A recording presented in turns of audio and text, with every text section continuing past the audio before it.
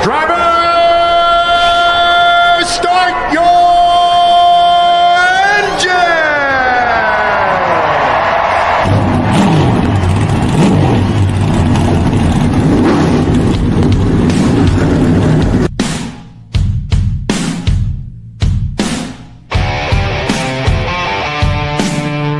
Strap in and pull those belts up tight as the Sports Gambling Podcast Network presents the NASCAR Gambling Podcast. I'm just gonna put my foot on the floor and I'm not lifting till I see God or a checkered flag.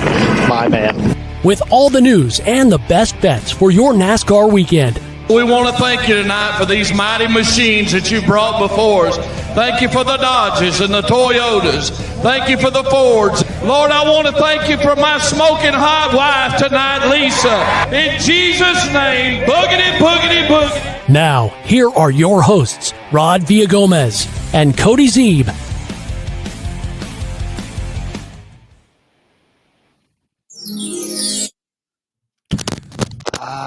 For the love of all things holy today. Hang on.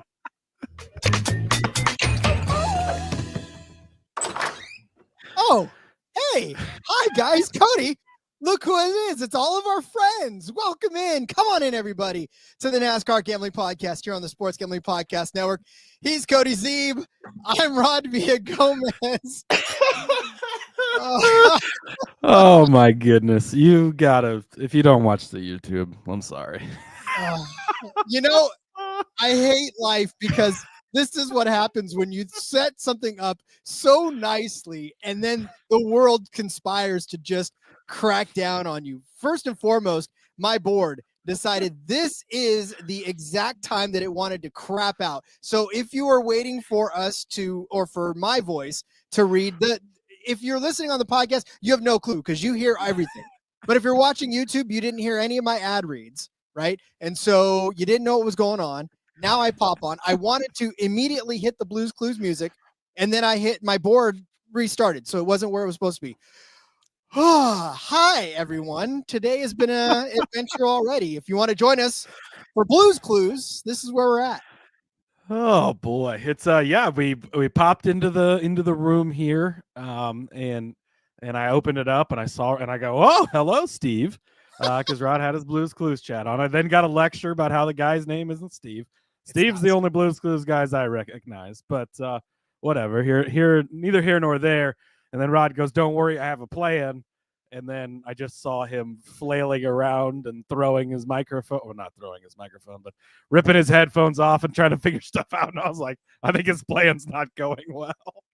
No, today's best laid plans, folks, have blown up in my face, but that's okay. I think the point got across, right? Everybody got the fact that if you're watching on YouTube, you see my Blues Clues shirt is back. I did bring it back. So those of you who are listening in the actual podcast, you may understand a little bit, and I'm going to cut out some.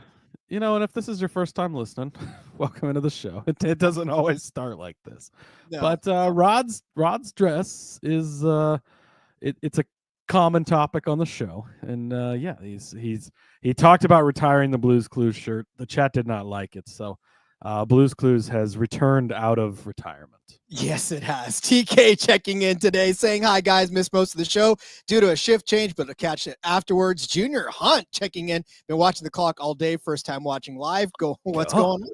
Welcome in. Again, if it's not always this rocky of a start, unfortunately. Andrew, loving the Blues Clues shirt is back. And now King, even the Blues Clues shirt on. So, I'm like I said, we're here to talk Vegas. We're not here to talk Blues Clues, but you wouldn't know it from what's been going on today. That's all right. That's all right. All right. So, like we are, Cody, we're here to talk about the Las Vegas race happening this weekend.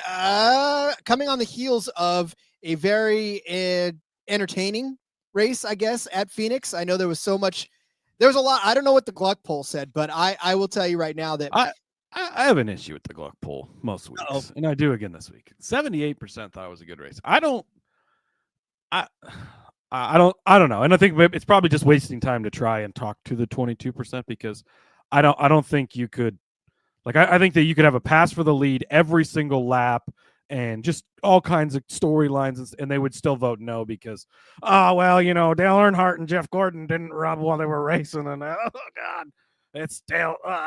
Sport died when Dale died. Like, the fuck more could you want out of that race? Jamie McMurray said a few years ago that Phoenix has never had a good, he said the last time Phoenix had a good race was 1996 or something, and I think that was the year they built the track. Like, it's been known to be a shitty track, and we had a pretty good race, I think, and like, it came down to the finish, and in all three races this weekend, the ARCA, the Xfinity, and the Cup Series race came down to the line, right at the line. We had good racing at the end. There were storylines throughout the day. The tire thing was a deal, right? Like, and I get a lot of people who were on the same tire strategy, but for guys like Priest, it worked out. Logano almost made it work if things would have ran a little differently on the cautions for him there late. It was exciting, and I thought we had some pretty good racing, especially for a short track package that in this car has not been good, for a track in particular that has been horrible. I mean, that's its reputation, is it's bad. It's good to go to because the weather's nice there. They seem to always pack the house, although this was the first time it hadn't been sold out in a while. So that's sort of a crack in the armor there. But I thought the racing was good, and I think those 22%, we just got to I don't know how to appease those 22%, and I don't think you can. No, King as the solution. 22% voted no because their driver had a bad race for sure. Laura, know a lot, King. Hello, Laura. Okay, well, so we can't really spread a whole lot of time on Phoenix, unfortunately, because that's just not the way the show works anymore. But suffice it to say, I was pretty happy with it. So we'll just move on from there. But I also want to tell you that we're giving away $2,000 in our free March Madness bracket competition. All you got to do to enter is go to sportsgamblingpodcast.com/bracket to sign up today. Plus, you get to compete against SGPN this March in our SGPN Survivor 75K winner take all tournament. Find out now at splashsports.com/SGPN. So we turn our attention ahead to one more question before we turn our attention. I know people hate when I do this. The Alex Bowman, Eric Almirola finish in the Xfinity Series race. I'd like your opinion. Some people didn't like the way that it happened. Just, we can make it quick, but I was curious. Well, what the hell else do you want? These guys are going for Well, Alex Bowman's supposed to pull over, get out his white gloves, go pick up the trophy. Or sorry, Eric Almirola. Get out. Go grab his white gloves, right? You know what I'm doing? Put smudges on the trophy. Pick up the trophy. Walk over and hand it to Alex and say, "Here you go, Alex. You can have this." If that were Alex, I think that's what those are the 22% that voted no. It's the same people who are upset about that. Well, and it pisses me off because if Almirola doesn't do that, then everybody's on his ass. Well, why didn't he move him? Why didn't he try to get? So then what? You're damned if you do and you're damned if you don't. This world nowadays, Cody, I will tell you right now. It does not matter what side of the fence you're on. Somebody's going to argue against you. It doesn't matter if you say the sky is blue because somebody's going to tell you, no, God damn it, the sky is green. It is technically not blue, but well, see, this is what I'm saying. Like, whatever, I don't care. Sun is yellow. No, I think that I don't think you could have raced. Obviously, not clean. Don't use the word Jamie McMurray said it was a clean. It was as clean as it could possibly get for racing. Rubbing is racing. He didn't just wreck him. He could have gone into the corner, way overdrove it, stuffed him into the wall. He gave him room. He didn't wreck him. Bowman still finished in second place. He did everything he could to use him up to the line while still giving him a shot. I don't know what else you want from the guy, but I just wanted to touch on that because it's absolutely pathetic that people think that that he should just pull over and let him win. That's not racing. It's ridiculous. But anyways. And on to Vegas, Rod. I want to know what those people would do if they were in that situation, because I want to see their iRacing tapes. I want to see everything that they do in their iRacing. Do they pull over and let him go? No, they don't. But yes, on to Vegas, Cody. On to Vegas. We are here for the Pennzoil 400, 267 laps around this 1.5 mile paved track. We are now to the actual mile and a half, I say, cookie cutter tracks for 400.500 miles. Cody, yes, this is the race I think a lot of people were waiting for, so they can exhale and actually just run a race that they're used to running. Yeah, I mean, we've had some really good racing to open up the season. Obviously, we talked about how last week was kind of the first 2 weeks ago, sort of real betting, but last week was the first traditional track. Now you're getting a mile and a half, which, by the way, have been the best racing we've gotten in this next gen car. So super excited for that.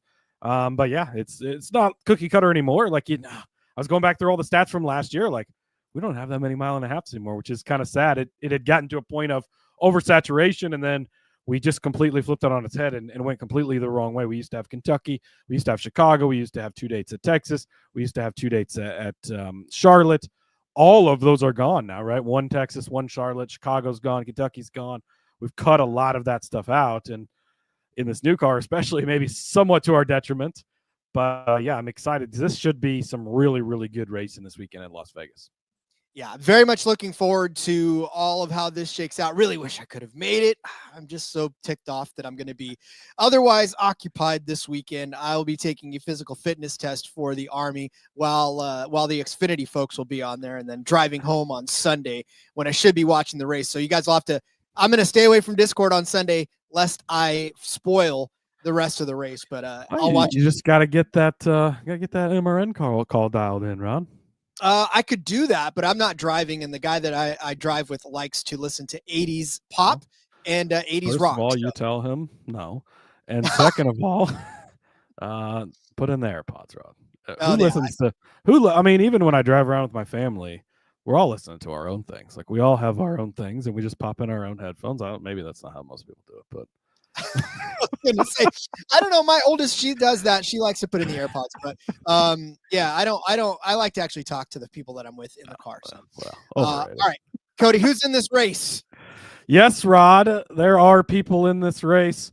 And actually, I think we're just at our 36 this week. Yeah, 36 Cup entries, no open cars. So it's your regular 36. We don't have rotators anymore for the chartered cars.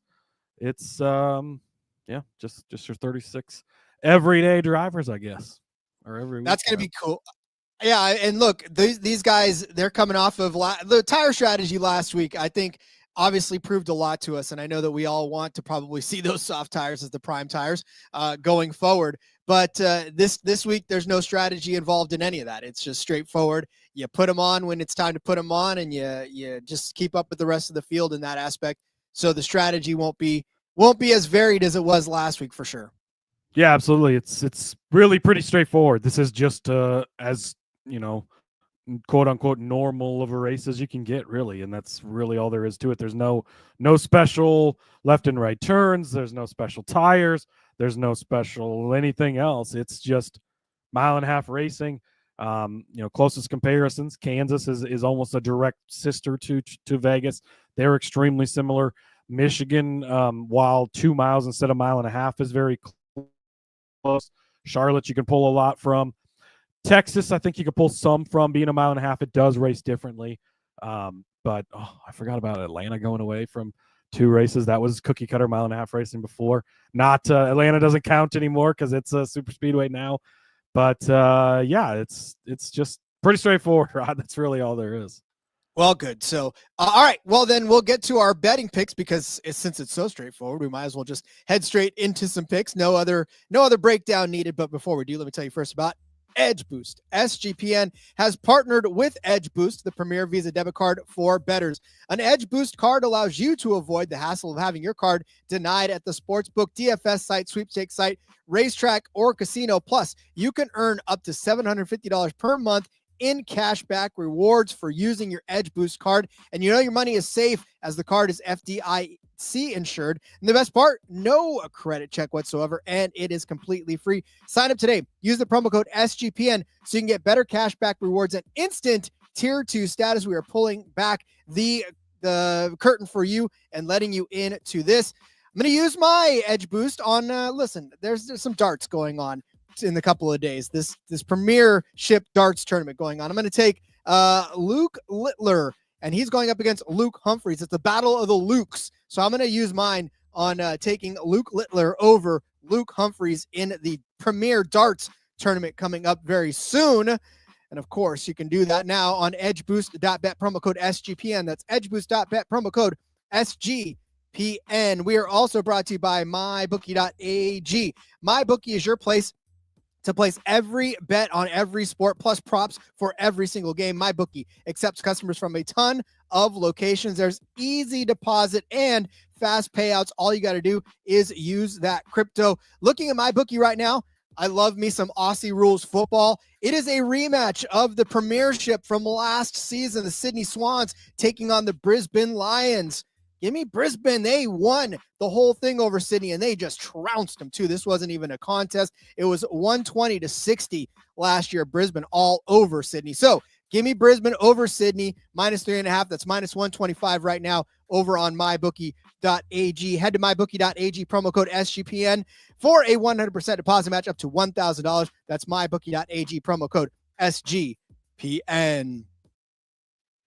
Didn't think you'd be getting some Aussie rules football in this one, did you? Did not have that on my Blues Clues bingo card, Rod. No, yeah. Well, listen, my Blues Clues. Follow the prints, follow the paw prints to the Aussie rules football breakdown. Yeah. Oh, wait. So what do we got going on in the chat here? The chat has been very busy. It's extremely busy. They are Morning News Music is checking in, wants me to relinquish the evil voodoo magic I put on Chase Briscoe. He'd really appreciate it. Had Briscoe host for Ty Gibbs last week. So their collective wreck was fun. I'm actually taking bids, Rod. If you would like to fade a driver in your betting card, send me your bids, and I will put that driver in the one and done pool. I am currently 4 for 4 on picking drivers that don't finish the race. Including Ryan Blaney last week, who had 7 top 5 finishes in a row at Phoenix, hadn't had a mechanical failure since 2019, I think is what I saw. Maybe it wasn't that far away, but it was a long fucking time ago the last time he had a mechanical failure. And yeah, okay. Just, it's horrible.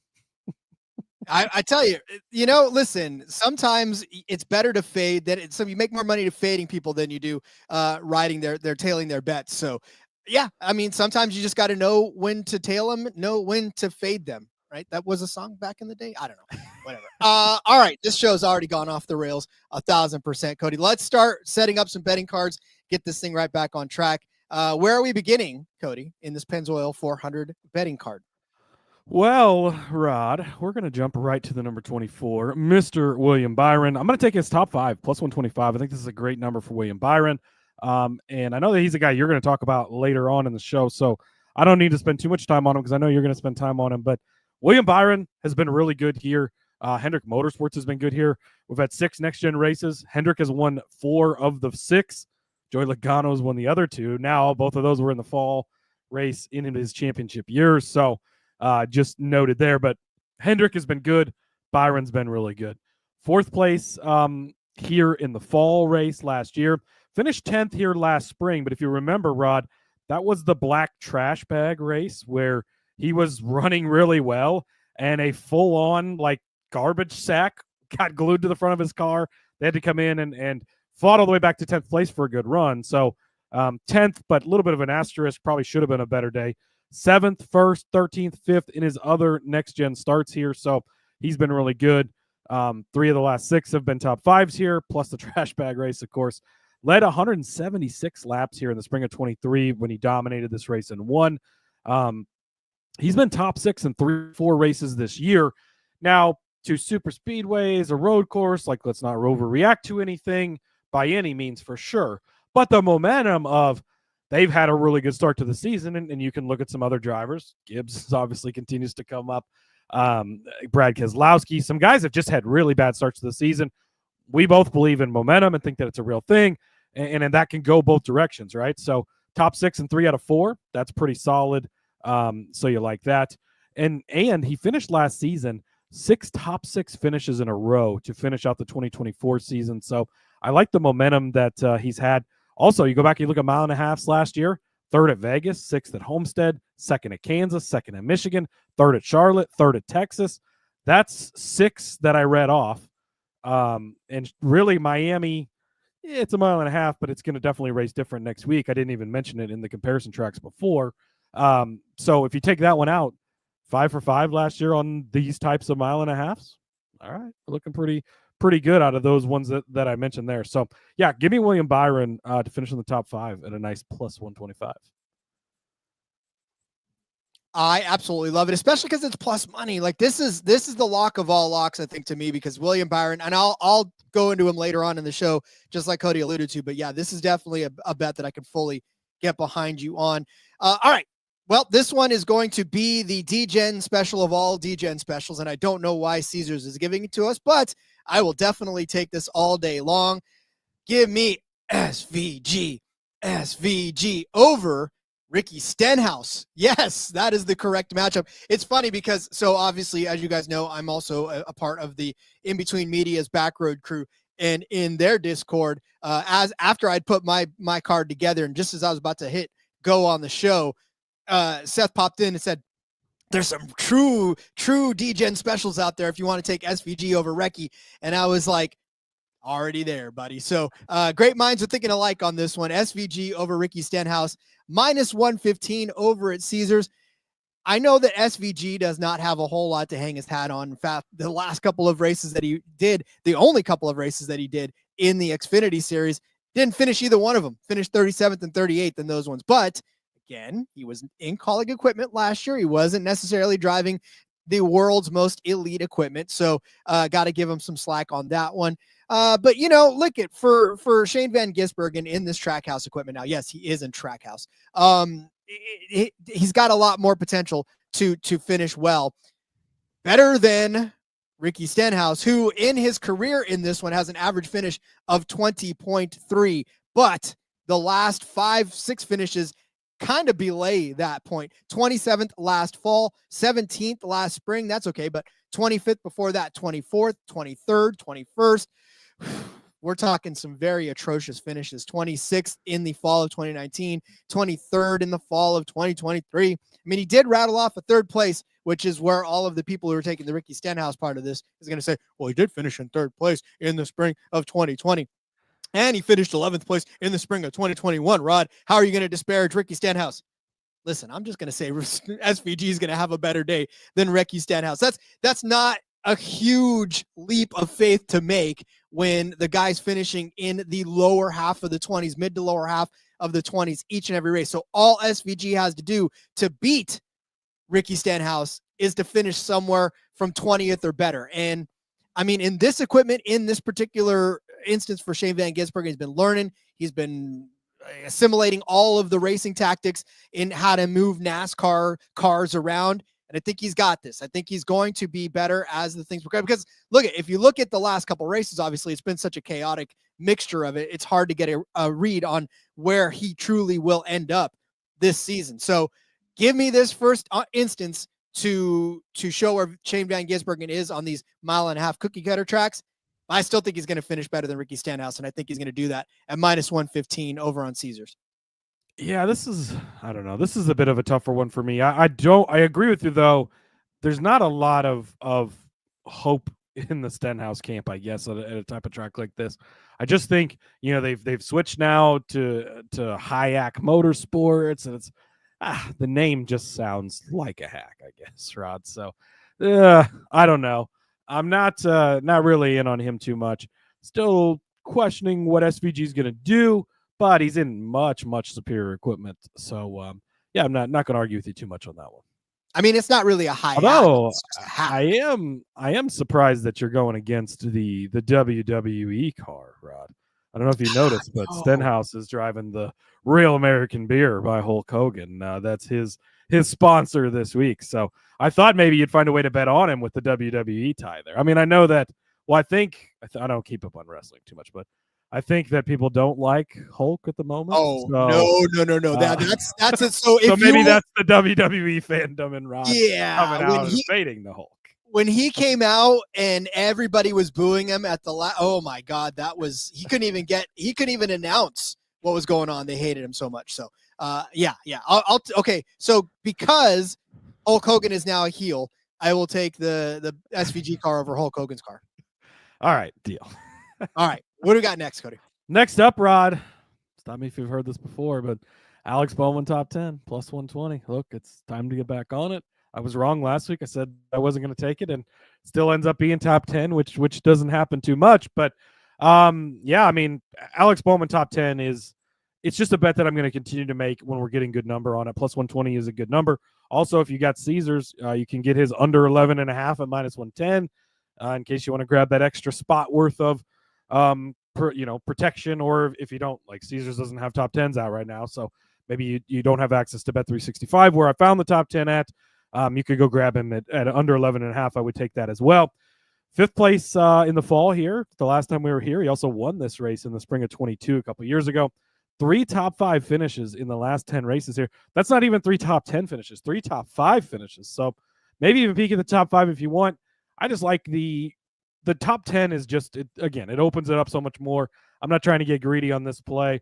I went greedy a little bit more with his teammate. Obviously, the Byron top 10 is going to be hard to bet number-wise, but Bowman, I just going for the top 10 here. He's been 3 for 4 finishing in the top 10 this season.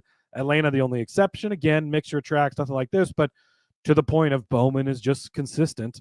He gets it done. He's also got 5 top 10 finishes in a row on 1.5-mile tracks going back to last season. He was 7th at Homestead, 5th at Vegas, 6th at Kansas, 9th at Charlotte, 7th at Kansas 1. So really good streak of finishes there by Alex Bowman. I think that he keeps it up this week. So giving him for the top 10 at plus 120 and or under 11.5 at minus 110. Yeah, watching Bowman, I think he was the only one that hasn't won on this track, right? He's the only Hendrick Motorsports driver without a win. No, he did win. Oh, that's right. Spring of 20. Yeah, Chase Elliott's the one. Sorry, Chase Elliott's the one so far. Right? Yeah, so far. But yeah, spring of 22, Alex Bowman won, and I saw. Was it JDK? I know you're listening. I think he shared a stat in the Discord that like the last 3 times, or maybe it's the last 2 times that somebody won 3 races in a row. Which again, we didn't even mention that at the top of the show. Shout out to Christopher Bell for getting it done 3 in a row. That Alex Bowman was the next winner. So we'll get to outrights in a bit, but winning is inside the top 10, so I like it. I love it as well. Speaking of finishing inside of a specific position inside of the top 10, I'm going to take Ross Chastain for a top 10 finish. You can also find his under if you're looking for it. It's minus 120 for under 10.5. But Ross Chastain top 10 at plus 365 or at plus 120 over on 365. There's a whole lot of numbers in there. But Ross Chastain top 10 plus 120. I like this at plus money because looking at Ross Chastain's finishes over the last few years, 7th in the fall of last year, 4th in the spring, 5th in the fall of 2023, 12th in 2023 in the spring, okay. And then 2nd in the fall of 2022, and then 3rd in the spring of 2022. So he has got 5 top 10 finishes in the last 6 races since he's driving this one car. He has, ladies and gentlemen, the best average finish at Las Vegas since 2022, since the next gen era began. 5.5 is where his finishes have averaged over the last several races, above William Byron at 6.7. So already that tells you that he's a good finisher. Not to mention our friends over at iFantasy Race have given us the speed chart, the speed rankings, and he is 4th on that list right now. He is 7 in the speed rankings for the overall. So he's behind Larson, Byron, Bell, and Larson, Byron, and Bell. So he's fast around this track and he finishes well around this track. So to me, that tells me already that if there is a lock of a top 10, it's Ross Chastain. And the fact that you're still getting him at plus money, I don't know why.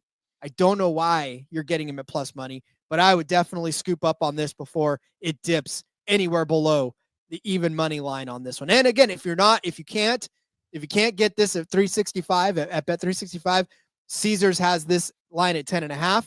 So you can still take the under on that one.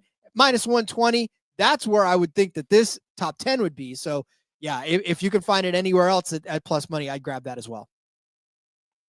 Yeah, I like it. No arguments for me here at all. I've actually got more Chastain later on, so I'll speak to him more, but he's really liked this track, and 1.5 miles a lot as well. So yeah, I absolutely love this play and fully back you on this one. Beautiful stuff. All right, well, let's go commercial free the rest of the way. But to do that, I would like to take this opportunity to tell you about Rhythm. Rhythm is throwing an epic March Madness party, and you are all invited. All Rhythm users are invited to a First Four watch party Wednesday, March the 19th at the awesome Stadium Swim at Circa Las Vegas. You get free drinks. You could probably stop the ad read right there because you're already going to be there. Plus, you also get to hang out with the guys from the SGPN, and it gets even better. Rhythm is also giving away a $250 March Madness future for one random lucky Rhythm user. Even if you can't make it to the party, you can still win the future bets. So come by and use the Rhythm app to help you fill out your bracket and make some bets while you are there. Rhythm's March Madness stats and success from 2024. You want them? Yeah, you got them. With UConn winning, our percentage of winners was 39% higher than ESPN brackets as a whole. Rhythm had 34% of the brackets. ESPN had 24.7% of brackets. Rhythm produced Duquesne, North Carolina State, and Oakland upsets, and 45% of Rhythm brackets had NC State reaching the Sweet 16. A free party plus a chance at a $250 future bet.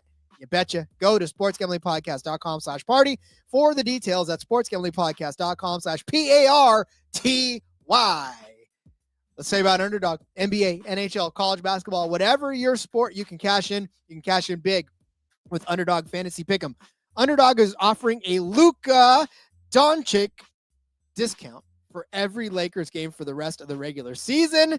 Also for football diehards, Pick'em projections for selected players, 40-yard dash times during the NFL Combine. Going to use mine wherever Ross Chastain's finishing projection is. I'm going to take the higher than quite easily. So we'll keep an eye on that, and we'll give it to you later on in the week when we give you our DFS and Underdog plays. In the meantime, sign up with our promo code RACESGPN. You're going to claim your special pick and first-time deposit offer up to $1,000 in bonus cash. UnderdogFantasy.com, promo code RACESGPN. I am Notorious checking in, Roger, brother, of course. Says you have the smoothest ad reads in the business. You know when we can hear them, so shout out to you for not having your microphone muted that time. I got to get the company some money somehow, right? That's, yeah. All right. So I'm thinking about this. Just as I was making the ad reads, because I can multitask, but like, you know how when you're on the air almost 200 times a year, right? You can't get everything right every single time. And shout out to the folks that can. But when technical stuff happens, it's about how you recover. And I'm hoping that you guys think we recovered quite nicely, or at least I recovered nicely. Cody's always perfect. Did. Yeah, wow. I don't know about that, but you did have a very nice, smooth recovery, Ron. I actually forgot about it until I'm Notorious brought it back up. So that's how smooth it was. You know what is smooth for this week, Rod? What? Zane Smith's top 10, 10-1. Oh, buddy, I was salivating when I saw this number. Absolutely love this. I would get in on this earlier than later. We saw some. We've seen everything we need to see out of Zane Smith, in my opinion. So let's go back to last year. Comes in as a rookie into the Cup Series. Starts the season off. It's that 71 car for Spire, the third car. They're going to try and make something out of it after years of it sucking. And it started off slow, right? Things just didn't go great. But as the season went on, we saw things start to pick up. We saw things get better. Now, of course, he's moved over to Front Row Motorsports, back where he was in the Truck Series. He's in that 38 car, and he's been doing, open the season off with a good start here. Again, small sample size, different tracks, but 9th place last week. So you like that. Let's carry that momentum going forward, right? But last year, when he did start to figure things out at Spire, 7th place at Michigan, love that. Again, Kansas, the most comparable track to Vegas. Michigan, despite it being a bigger track, the next most comparable track that you can go to. So love to see that. 10th place at Kansas. Boom, that's 2 top 10s at the most comparable tracks. 16th place here in the fall. So you're only 6 spots outside of the top 10. That's not very far. I've seen what I need to see out of Zane Smith, and I think that this is going to be a great opportunity. If he can keep that front row Ford clean, he's going to have a good solid day. He's going to be in competition for a top 10 at the end of the day. At 10-1, way too big of a number for a guy that's very capable. Did it twice last year on comp tracks, and again, almost again did it here in the fall with that 16th place finish. So Zane Smith, top 10, 10-1.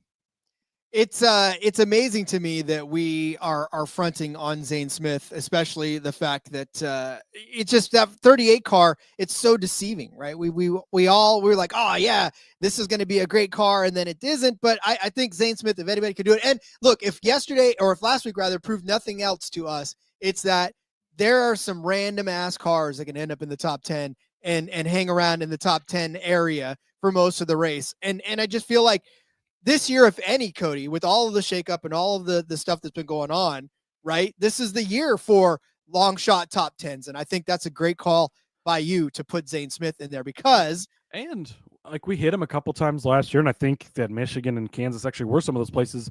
1.5 miles, he seems to kind of have a thing for. And I think if you go back and look at his truck series time too, I think that's where he was better at, was the 1.5 miles.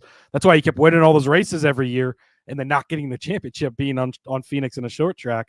But yeah, just that big of a number, especially for a guy who already did it multiple times last year in a worse car, in a worse situation, at comparable tracks. I love it.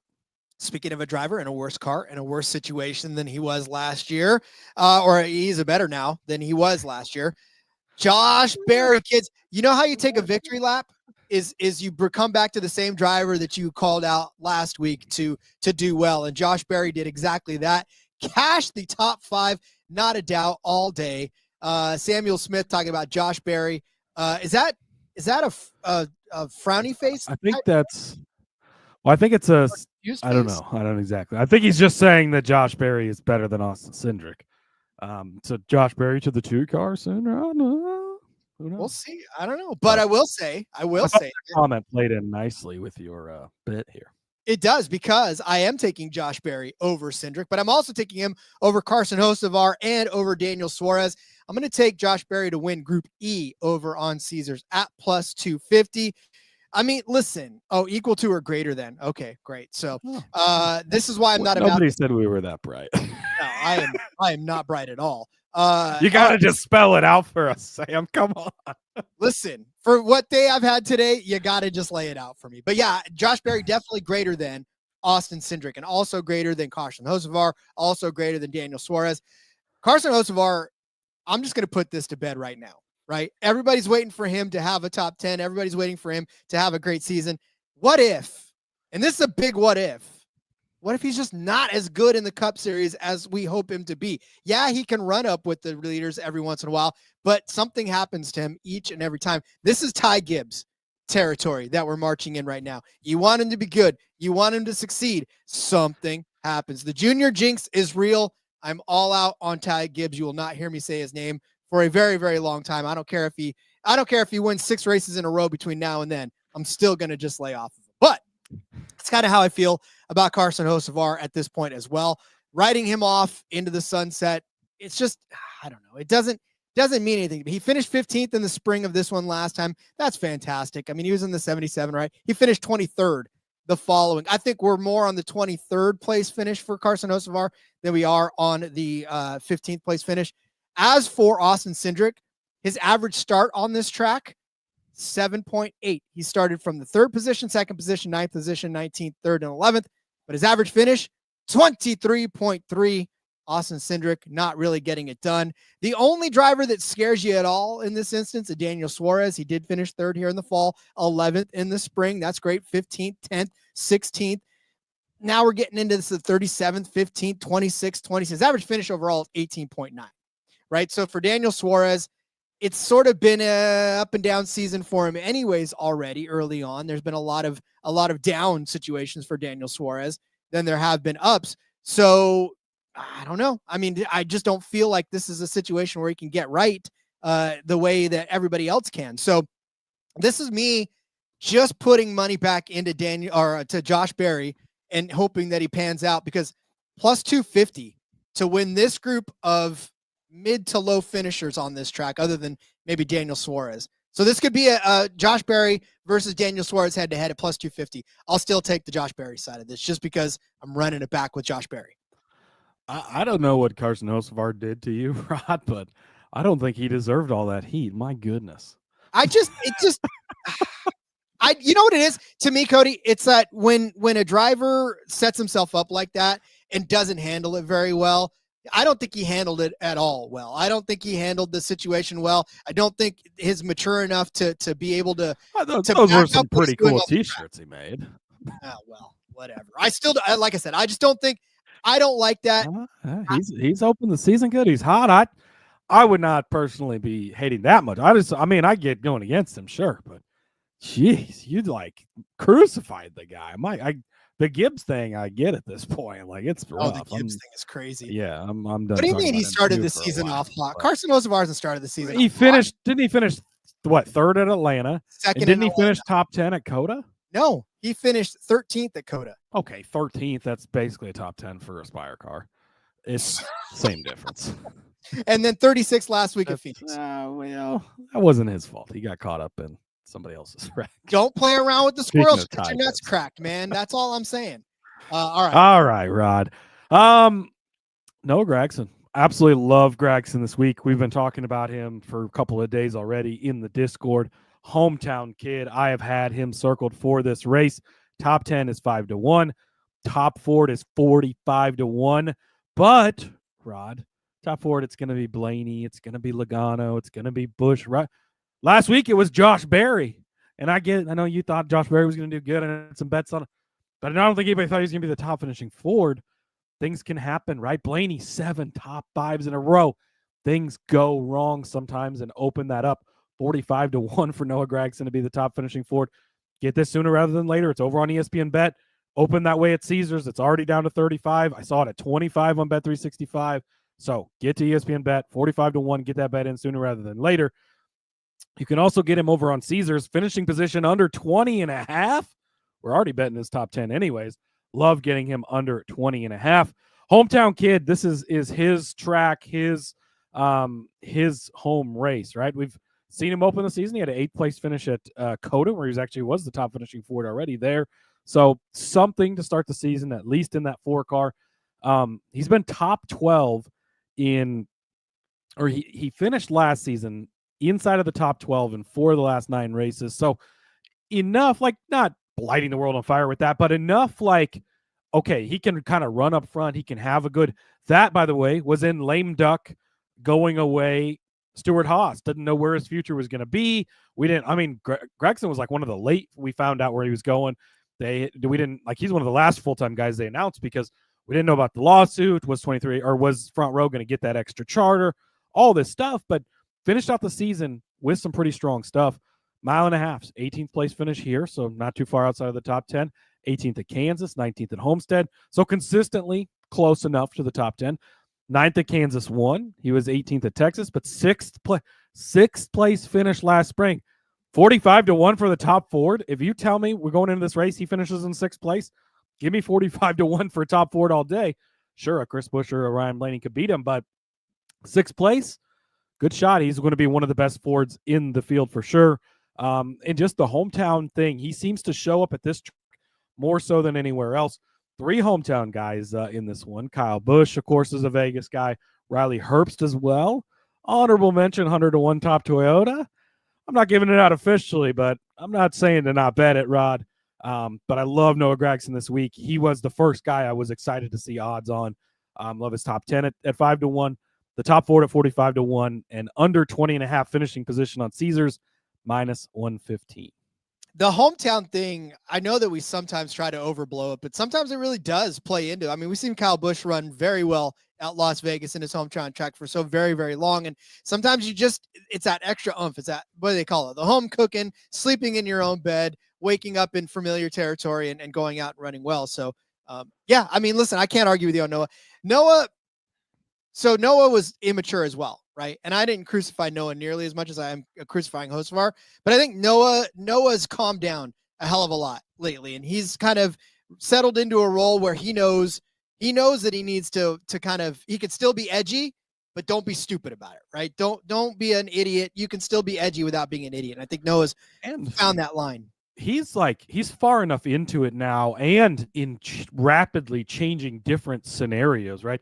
He kind of had some starts. He comes into the 42 car. I was trying to think back.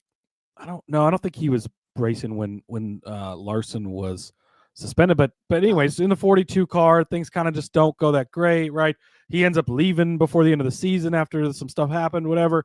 Then he's at Stewart Haas. You're like, all right, second chance. Oh, just kidding. They're closing the doors. Now he's got to go to front row. And he's just kind of rolled with the punches and done really well. So I like that. I thought this was pretty funny. Back-to-back chat things here, Rod. Laura says, I agree with you. Immature. Back to the Hocevar thing. The next comment was Samuel Smith saying, I typically don't agree with Rod, which I thought was funny, but he's big on Barry, as he was talking about earlier in the chat. So I think he was agreeing with you there. I thought that was funny that those two popped up back to back at basically the same time. I tell you what, Sam, you and my wife have a lot in common. You typically don't agree with me for sure. Also, Samuel saying that it's worth a cup of coffee. I agree. It's a lot of things are worth a cup of coffee. And if you hit it, then you have more cups of coffee coming to you. So I like that. All right. If I were to read off the following finishes to you, how to turn one cup of coffee into a lot. Bet on Barry to finish top 5 last week. That's how you turn it into a lot of coffee. All right. If I were to read the following finishes off to you, second in the fall of 2023, second in the fall of 2022, fifth in the spring of 2022. And then, of course, driver B, 11th in the fall, yes, but 1 2024 in the spring, 1 2023 in the fall, and second place in the spring of 2023, second place in the spring of 2022. Those are the two drivers that I'm going to say are both going to finish inside of the top 3 in this next race. They are Christopher Bell and Kyle Larson. Yes, the hottest driver on the planet, Christopher Bell, going for his 12th win in a row. Just kidding, his 4th win in a row. Everybody's like, Christopher Bell's going to win the rest of the season. It's like, bro, calm down. I know that he's good at every single track that we come on for the next couple of weeks or next couple of months even. But let's cool your jets, right? But I do think that they can both finish inside of the top 3, Bell and Larson. Plus 400 is what you're getting. This is one of those prepackaged Caesars deals where you're getting it at plus 400. So I like this at plus 400, 4-1.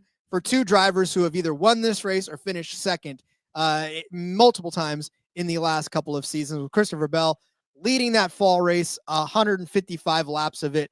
I'm telling you right now, I don't want to bet either one of these guys outright. I know you're going to make a case for one of them because either one of them could end up being that way, right? And for me, their numbers are so short that I'm just going to bet on them to both finish inside of the top 3. That way, it doesn't matter if Larson passes Bell on a last lap pass or if Bell passes Larson on a last lap pass, which probably won't happen at Vegas, but doesn't matter. If they're both running in the top 3 at the end of this race, I still get 4-1 on that one. And I don't have to care who comes in first. Yeah, I don't just straight up disagree with you a lot, but I'm going to here. I don't think the number is big enough for, yes, I get it, right? Bell is at top of the world right now, 3 Cup Series races in a row. Is absolutely insane. Oh, by the way, he's been really fucking good at Vegas too. So could he make it 4 in a row? Absolutely. I would not be surprised to see him win this week. And Larson, I'm going to talk about in a minute, has been really, really fucking good here as you just laid out. But and they both finished top 3 last week. So I get it, but at only 4-1, there's too many things. There's too many really, really good drivers. There's too many things that could go wrong. Hey, I don't know. I'm not feeling this one, Rod. Well, I'll tell you this, that if you look at the iFantasy Race Next Gen Speed Rankings heat chart, it's 1 and 3 for Kyle Larson and Christopher Bell. So Kyle Larson's 1, Christopher Bell is 3. So these guys are continually fast around this track. These guys continually finish well on this track. And look, I mean, you kind of gave me a little bit of grief about Josh Berry last week, and he come out and crushed it. Wasn't even a doubt at all for Josh Berry. So I'm thinking I've got a shot this week. Josh Berry looked good last week, Rod. So as Dennis Green said, if you want to crown him, crown him. All right, Rod. Hopefully your technology is fixed over there. Do you have the correct button for this? You know what? Yes, I do have the correct button for this. Damn it! So everybody, chill out.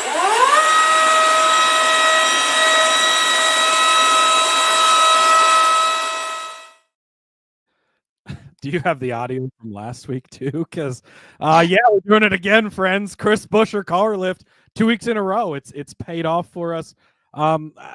I don't know if I need to explain a little farther how the car lift works, how a ladder bet works. If the first couple of legs of this cash, it should pay for the rest of the thing plus some. So I don't know. I guess maybe that needs to be clarified. But the Chris Buescher car lift has been good for us the last 2 weeks. Last week, he cashed the top 10. He cashed the top 5 back at Coda. What did he cash? Top 10 group bet. Yeah, both weeks he was close to top 4. I think he was the second forward in both of those instances. So he's been doing it, and they're giving us good numbers again. Why should we not run this back? We're going to start the car lift this week over on Caesars. They got the finishing position, 14.5. The under is minus 115. Now, not even a top 10. He just has to finish top 13. Or top 14. Shit, you get an extra spot in there. Let's do it. I love that. So under 14.5, minus 115. The top 10, plus 160. Apparently, they've not paid any attention, which is good. Keep not paying attention. Appreciate it. Group H over on Caesars, plus 250 to win that over Brad Keselowski. That was in the head-to-heads last week, which, again, you could consider part of the car lift. That was pretty easy cash for you. Bubba Wallace, Chase Briscoe. Look, Keselowski's season has started off really bad. Briscoe's season has started off pretty bad. Bubba's season's not really started off great. I'm probably most scared of Bubba in this just because the mile-and-a-half program at 2311 has had shining moments. It's kind of shined less lately, so I'm not too worried about it. But, again, this is just Buescher's going to be there at the end. That's what you're looking for. Top 4 at 7-1. 44-1 to win the race on FanDuel, Rod. What the fuck are we doing? This just blows my fucking mind. It blows my mind. You would have Buescher 44-1 anywhere. I don't care what track it is. Buescher's 44-1. You absolutely bet him to win this. 10th place finish here in the fall. He was 37th last spring. Bad things happen, right? Wrecks happen. It goes that way. 11th place here in the fall of 23. So 2 of the last 3, he's been in the top 11 here. If you go back over the last 10 races here, which goes back into the old generation of car, goes back to not Roush Fenway Keselowski, but just Roush Fenway, which, if you need a refresher, was a fucking horrible team that sucked. But it didn't matter. Chris Buescher was still good here. He's got 6 top 15 finishes in the last 10 races here. So he's been good here in the new car, been good here in the old car. 11 of the last 14, he's been inside of the top 15. You're getting him at 14.5. 11 of 14, most of those being in the old car for Roush, which was much worse than the RFK cars of today. 5th and 7th place finishes the last 2 weeks. So we're on a little bit of a momentum builder, right? You like that. 1.5 miles last year, 15th at Miami, 10th here, 11th at Kansas, 6th at Michigan, 2nd at Kansas in the spring by this much. It was the closest finish in NASCAR history, and he's 44-1. What are we doing here? I don't understand. 15th place at Texas, and that was before Ford had speed. Like that Kansas race last year, remember we were kind of like, what's going on with Ford? Why do they not have any speed? Then at Kansas, they show up. He almost wins that race. Yeah, Chris Buescher, the car lifts worked the last 2 weeks. We're going to ride it back again because they're going to keep giving us good numbers. If it's not broke, don't fix it. There's really no reason to go away from this. Roll the money you've won the last 2 weeks right back into the car lift again. And, I think it's going to be another good week for it. He's going to be the most consistent driver this season, isn't he? He's just going to mess around and be the guy that we're going to talk about as there's 3 guys you can just count on each and every week. Be top 10 cars are going to get you good finishes, right? Chase Elliott, although last week it didn't look like it, but last year, like the most consistent guy, I think 2 finishes worse than 20th, always there, didn't have the top end speed, but Alex Bowman, we talked about earlier, we already bet on. He's a guy we bet on a lot because it cashes so much and they keep giving us good numbers.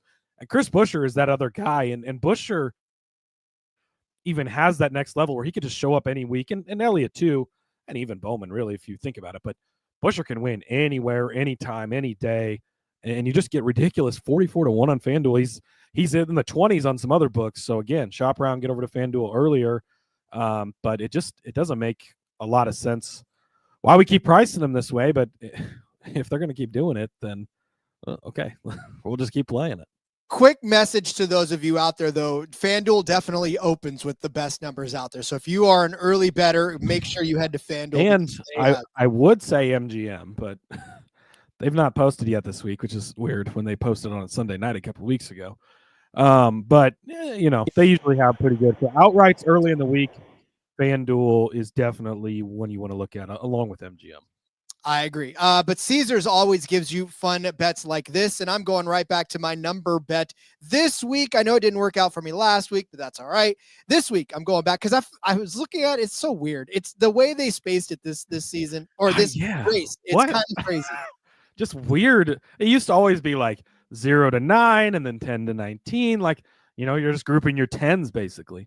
This week they just chopped it up all sorts of weird. Yeah, they gave you all kinds of crazy options this time. They chopped it 1 to 7. Now they're giving you 8 to 14. It's like a really small subset of what's going on. So I'm going to take the 8 to 14 plus 340 for 8 to 14. It gives you Kyle Busch. It gives you Chase Elliott. It gives you Ty Dillon, baby. He's back. Just kidding. I don't care. It gives you Ty Dillon almost won last week. Right? I know. But I don't think he's going to do it this week. But Ty Dillon and that great colleague equipment gives you Denny Hamlin and it gives you Ryan Blaney. That is a very, very heavy hitting just little band right there. And if you look at the odds for them to win, Kyle Larson, obviously the favorite in this one. And then you got Denny Hamlin at plus 850. You got Ryan Blaney at 12 to 1. You got Kyle Busch at 16 to 1. So all those guys together are all within the top 10 of the favorites in this one, along with Chase Elliott as well. So like, that's a really, like I said, that's a concentrated area of numbers right there. And it's just an interesting because the top 1 to 7 was like plus 1 something or other. So that was not even worth betting on at all, even though it gives you like Ross Chastain, we talked about being one of the fastest guys. It gives you Kyle Larson in that instance. But that's it. I mean, other than Austin Cindric, who I already talked bad about, Austin Dillon, who I don't really even want to talk about, Noah Gragson, who could win this race, but again, beating a guy like Kyle Larson. And then it gives you Brad Keselowski and Justin Haley. Like, that's really just bet Kyle Larson to win, if that's how you're going to go about it in that numbers band. But then there was 22 plus, and obviously that gives you Logano and them. And then, there's the 15 to 20. But in 15 to 20, that range isn't even other than Christopher Bell even, right? It gives you 15 to 20, gives you AJ Allmendinger, Chris Buescher, Chase Briscoe, and Christopher Bell. And really only, I guess, if you want to talk about Chris Buescher and Christopher Bell being the only two that scare you in that group, then go bet on them separately. But I feel like the 8 to 14 gives you 4 guys who can really potentially win this race. And I think that's great coverage for you in that band. So give me winning car number 8 to 14 plus 340. Well, 2 of my outrights are in that band, so pretty hard for me to argue with that, Rod. But first, Kyle Larson, plus 550 over FanDuel, like plus 400 some other places. So, again, early in the week, get over to FanDuel. I would place that bet now and not wait for it. I know I've been on Kyle Larson the last 2 weeks. Last week, if Denny and Bell were not teammates, they would have put each other into the wall, and Larson was going to win that. He was right there with a shot. That's what you want. And it didn't work out, but I feel great about being that close to winning with the number we got on him. Coda, you lose the tire, shit happens, right? So, but Vegas, somewhere that really likes Kyle Larson. So I do too. Hendrick's won 4 of the 6 races, as I mentioned earlier. Larson's won 2 of the last 3 here as well.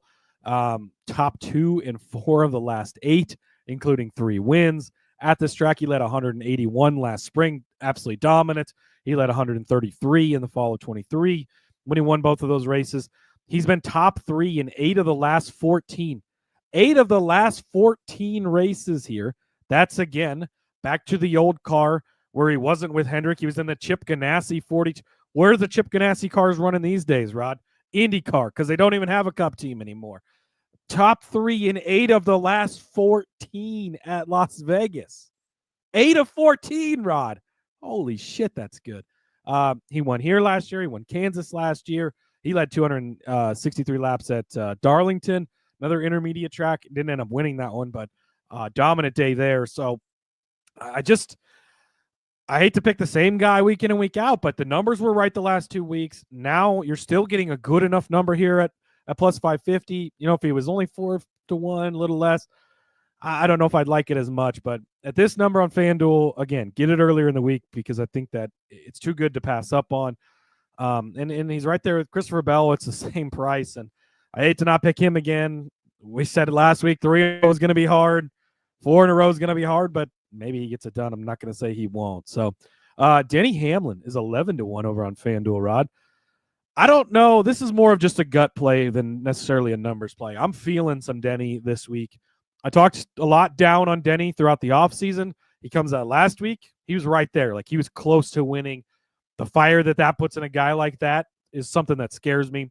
He's been top 11 in the last 5 here. So, yeah, no wins in there, no like top second place finishes, but he's been in the mix at least. He's actually led laps in the last 9 races at Las Vegas, which is interesting.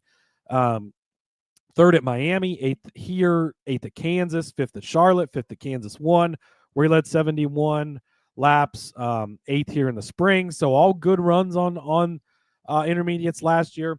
A couple of years ago, Denny on the intermediates, the 1.5 miles, so it was like him, the 2311 boys. That sort of fell off a touch, but I'm still, I got the gut feeling on Denny this week, and I'm rolling with it. Chase Elliott at 19-1. Chase Elliott should not be 19-1, Rod. And that's really the extent of this. Hendricks won 4 of the last 6 here in the next-gen car. It's Chase Elliott. I'm big on him. I think he's going to be the champion this year, and he shouldn't be at 19-1. This, to me, feels a lot like you played him last year at Texas at a similar price. He wasn't really the best car all day. Late caution. Things fall his way. Look, he wins the race. You cash a big bet. And I think it's just too big of a number to leave out there. So give me Chase Elliott at 19-1. And Ross Chastain at 24-1. A lot of outrights this week, but a lot of big numbers that just I couldn't pass up on Elliott at 19-1. I couldn't pass up on Ross at 24-1. I couldn't pass up on Buescher at 44-1. These numbers are just too big to leave out there. Sure, it probably should be the Bell and Larson show to your both of them in the top 3 point, but what if we get the late caution like last week? What if something changes? What if a tire falls off? What if a motor expires for the first time in 45 years? Things go wrong, and that's what opens up for these other guys. Ross Chastain has been really fucking good here. You talked about him for the top 10 earlier. So he's got 4 top 5 finishes in the 6 next-gen races here. The last 3 races, Rod, he had a speeding penalty, thanks to Ryan over at Fantasy Race for pointing this out. A speeding penalty in the last 3 races here. It's not really a trend we want to keep going. Try not to speed this time. But he still finished 7th, 4th, and 5th after overcoming speeding penalties. You love that. Had a 12th place sprinkled in there, but 2nd and 3rd in the first 2 next-gen cars here. So, yeah, you love it. 7th place at Vegas here in the fall. He won Kansas in the fall, led 52 laps. So, just, the second to last most comp track to this, he won. 8th place at Charlotte last year, 4th in the race here in the spring last season. 24-1, just too good to pass up on Rossa at this number. I love Ross Chastain this week. I really do. Again, I talked about him earlier, just being top of the charts in a lot of the categories in this track. So, yeah, I have a feeling that this is a really good, especially 24-1. He's going to surprise some folks this week, and I think if he wins, he'll surprise you even more. So I'm with you on that one. All right, my outright for sure is going to be a Hendrick car because you just talked about it. Hendrick has won so many of these, and I'm going to take William Byron. You're going to take Larson. I'm going to take William Byron. William Byron won here in the spring of 2023. He finished 7th in 2023 in the fall, and then 4th place last fall. He has got 4 top 10 finishes in 6 races in this next-gen era. And really, the 2 outside of the top 10 were 13th and 10th, right? So 3 of those were top 5 finishes, with one of those being a win. William Byron, we talked about being one of these hot starting drivers, right? We talked about him being a guy that can be a force to be reckoned with early on in the season and then cool down.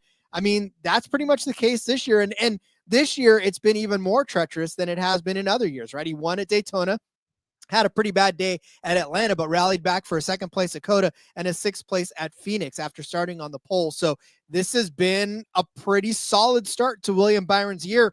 All he's lacking now is a win, another win on an actual track, not a Daytona win, but a 2nd or 3rd win early in the season to sort of build up that momentum that he carries into the rest of the year when he starts to slack off. So I think this is a ripe time for a 2nd William Byron win on the season.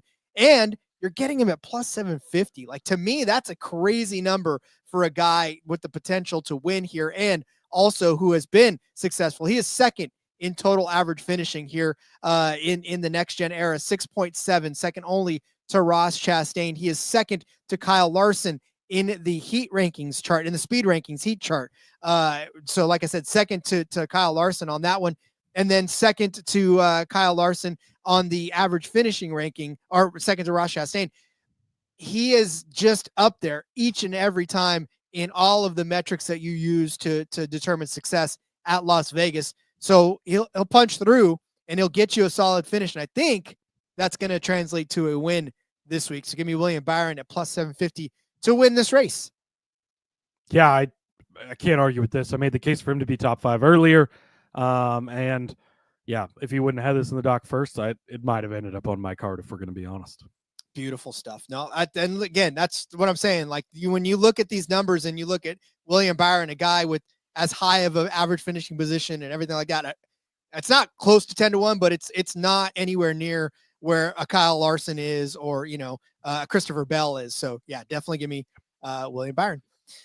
Love it. All right, Cody. Well, then it is time to go over our bets for this particular race. So get out your pen and paper. And for those of you who are watching, I'm not showing that my graphics are up, so that's a little bit discerning. More technical difficulties over here. RJ Villagomez, way to go. Yeah, today has been the day of the utmost technical difficulty. While you search for the graphic and try to get that figured out, I will go over and recap the bets, and hopefully you can get it pulled up here. You started off the card, Rod, with SVG over Ricky Stenhouse, minus 115. That's over on Caesars. I had William Byron top 5. Oh, wait, we're doing your card first. Oh, I forgot how this works. All right, the graphic is up. Rod had Ross Chastain top 10 at plus 120. He had Josh Berry to win Group E at plus 250. That's over Cindric, Hocevar, and Suarez. Then he had Christopher Bell plus Kyle Larson top 3 at 4-1 over on Caesars. Winning car number 8 to 14 plus 340. Also over on Caesars, and William Byron plus 750 to win. All right, Rod, if you've got my graphic there, I had William Byron top 5 at plus 125. Alex Bowman top 10 plus 120. Also is under 11.5 finishing position at minus 110. Zane Smith top 10 at 10-1. Noah Gragson top 10, 5-1. Top finishing Ford at 45-1. And under 20.5 finishing position, minus 115. Breaking out the Chris Buescher car lift once again, under 14.5 at minus 115. Top 10 at plus 160. Group H at plus 250 over Brad, Bubba, and Briscoe. Top Ford at 7-1, and to win the race at 44-1. And then my other outrights, Kyle Larson plus 550, Denny Hamlin 11-1, Chase Elliott 19-1, and Ross Chastain 24-1. Nicely done, Cody. I think you've picked up a thing or two, but no, if today's episode were an episode of Pee-wee's Playhouse, the word of the day would be technical difficulties. I don't know what that was, but I don't care. Yeah, this whole episode has been a series of technical difficulties. Thank you all for sticking through it and actually making it to the end. I'll tell you this, you have a dedicated core of listeners when we are an hour and 9 minutes into this episode that has been fraught with danger and peril, and people are still talk. And Blues Clues talk, and people are still having a good time. So 100% love you all for sticking around till the end of this episode, and excited to get to Vegas. Yeah, absolutely. Shout out to you guys. Rod, the Truck Series is back. Let's go. We've got Truck and Xfinity Series picks later this week. We've got Fantasy Talk, DFS for DraftKings, Underdog picks as well. So make sure you join us for those. Hit the subscribe button if you haven't on the podcast platform you're listening to. Over on YouTube, we're getting really close to that 1,000 number that we've mentioned, and unlocks all those wonderful things. So appreciate you guys helping us out over there. And then follow me, Rod, on the X at Husker_Zeeb. You can find all my stuff over there. Ton of stuff, NASCAR, F1, extra underdog picks, all sorts of things, arena football talk, college basketball stuff coming out. Lots and lots of stuff. So follow me there, and we'll see you guys tomorrow. Indeed. Follow me on Twitter at RJ Villagomez. Link in the bio, everything I got going on, whether it's here, whether it is the in-between media folks, the back road on Thursday. I'll be talking Las Vegas with the boys, Seth and Elliot. And yeah, there's a lot of stuff happening all over the place. Yeah, arena football stuff coming out as well. So yeah, we'll keep you posted. Until then, everybody, we'll see you tomorrow with some Xfinity and truck talks. And in the meantime, let's go racing and let it ride.